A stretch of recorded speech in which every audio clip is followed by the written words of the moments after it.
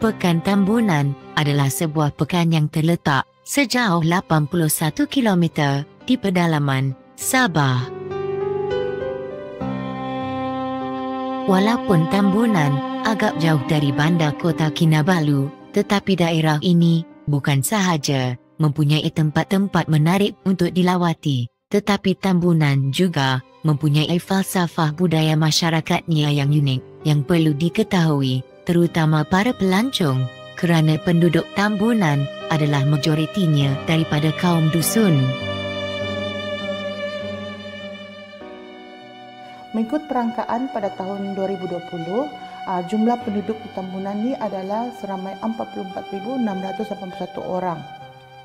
Dan kebanyakan majoriti bangsa terbesar di Tambunan ini adalah bangsa dusun Kadazan, di mana 88% adalah bangsa dusun Kadazan dan selebihnya adalah bangsa-bangsa lainlah. Antara pemimpin utama negara kelahiran dari Tambunan ialah Tan Sri Datuk Seri Panglima Joseph Pairin Kitingan, mantan Ketua Menteri Sabah yang merupakan Huguan Siu atau bermaksud pemimpin berani atau Ketua Agung Masyarakat Dusun dan Murut di Sabah. Datuk Seri Panglima Dr. Maximus Johniti Ongkili, mantan Menteri Sains, Teknologi dan Inovasi Malaysia.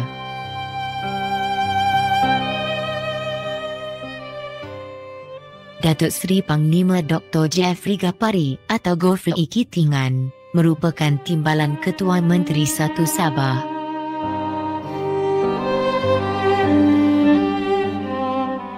Datuk Dr. James Peter Juliteh Ongkili, mantan Menteri Kehakiman Malaysia dan Timbalan Ketua Menteri Sabah, dan ramai lagi pemimpin negeri kelahiran dari Tambunan Sabah.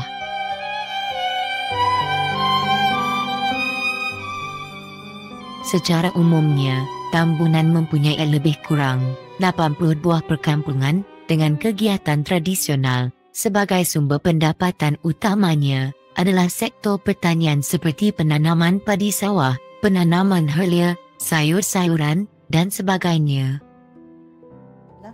Dan sosioekonomi di Tambunan ini kebanyakannya adalah pertanian. 88% adalah pertanian, selainnya adalah peternakan, perikanan, pelancongan dan perniagaan kecil.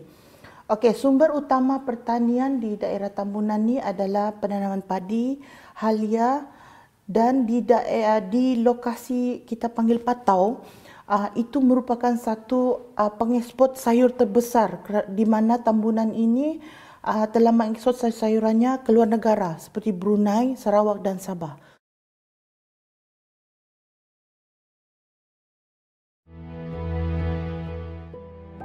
Antara tempat-tempat menarik dan perlu dilawati jika anda berada di Tambunan ialah Sinurambi.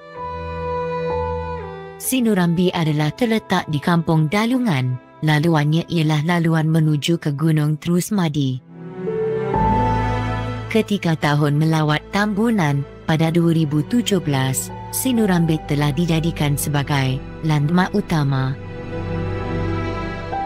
Menara Sinurambi setinggi 17 meter ini dibina dengan kos RM500,000.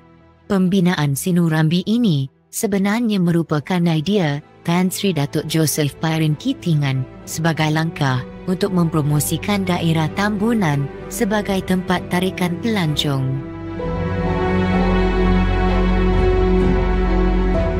Jika diperhatikan, bentuk menara Sinurambi adalah menyerupai wakit. Wakit adalah merupakan sebuah alat sikutan tradisi suku kaum dusun dan murut di Sabah yang digunakan untuk menyimpan barang keperluan, terutama ketika ke kebun, ke sawah atau ke pasar.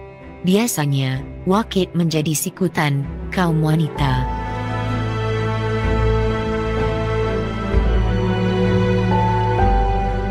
Selain Sinurambi, air terjun Mahua juga merupakan tempat yang menarik untuk dilawati. Sebenarnya, untuk sampai ke air terjun Mahua dari Pekan Tambunan, para pengunjung atau pelancong haruslah meneruskan perjalanan sejauh 21.6 km samada berkenderaan atau berjalan kaki mengikut laluan Jalan Raya Tambunan, Ranau. Dengan kedudukan air terjun Mahua di hutan belantara, para pengunjung sambil boleh bermandi manda sudah pasti akan dapat menikmati keindahan flora dan fauna serta mendengar suara-suara unggas dan cengkerik di persekitaran air terjun Mahua yang cantik serta mengasihkan itu.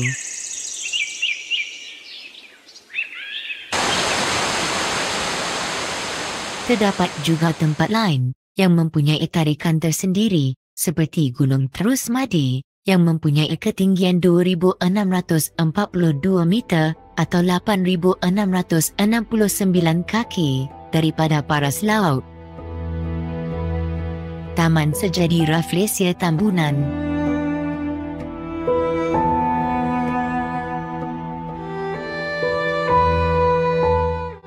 Tanda Rasun Resort dan Country Club Tambunan.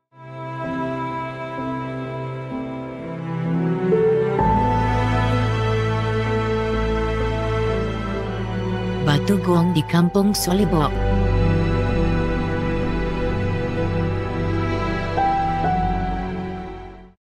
Dan sebenarnya, banyak lagi tempat-tempat yang boleh dilawati, seperti tempat pembuatan kraft tradisional di Kampung Tombotion.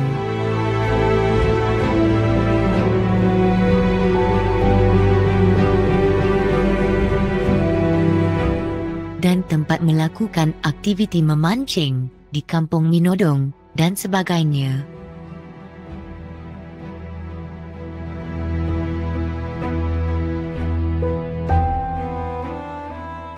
Untuk memperingati tokoh legenda Pelawan Sabah, maka para pelancong juga boleh mengunjungi Tugu Peringatan Mat Saleh yang terletak di Kampung Tibaba, Tambunan.